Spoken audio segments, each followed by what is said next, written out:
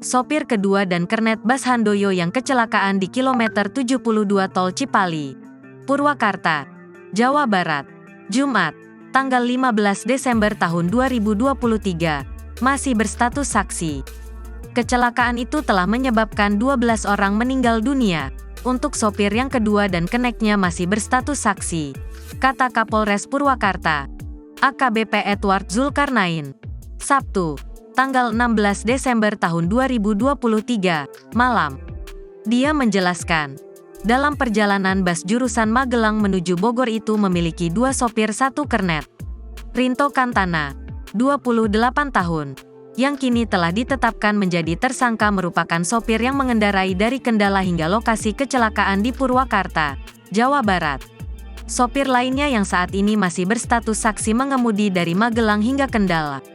Berdasarkan gelar perkara yang dilakukan pada Sabtu, tanggal 16 Februari tahun 2023, pagi, Rinto dinilai lalai sehingga menyebabkan mobil terguling. Penetapan tentu berdasarkan petunjuk di lapangan. Dugaan awal ditemukan ada kelalaian atau unsur kesengajaan. Itu yang perlu kita dalami. Itu didalami nanti di tahap penyidikan, kata Edward. Dalam gelar perkara, kata Edward, dibahas bahwa jalan yang dilintasi bus terdapat rambu petunjuk ada putaran ke kiri dan rambu peringatan kecepatan maksimal 40 km per jam.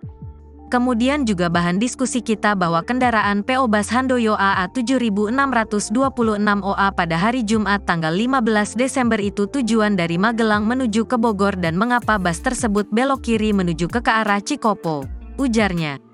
Penetapan tersangka berdasarkan pasal 311 atau 310 UU nomor 22 tahun 2009 tentang lalu lintas dan angkutan jalan dengan ancaman maksimal hukuman 12 tahun penjara.